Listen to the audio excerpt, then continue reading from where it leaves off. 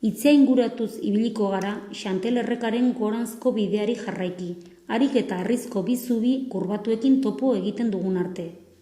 Gurdibide honen galtzada zaharra ibaian barrena zijoan, oinezkoek zubia erabiliz saiesten zutelarik. Bi zubien artean errotatxo errota zaharra dago. Pio Barojak gertaera historikoetan oinarritutako novela ederra idatzi zuen, zeini errotatxoko familia izena eman baitzion. Bigarren zubia gurutzatzen badugu, ezkerraldean, trukeneko borda utzita, beran izan diren arraska publiko handinetako bat ikus dezakegu. Bertan jaiotzen den Iturburuko urak hornitua eta gaur egun hondatua. Ibardingo errepidearen ondoan duela gutxi zaharberritua izan den egur lehortegi bat dago. Ilekueta auzoan zaharberritu ez den antzeko beste bat mantentzen da.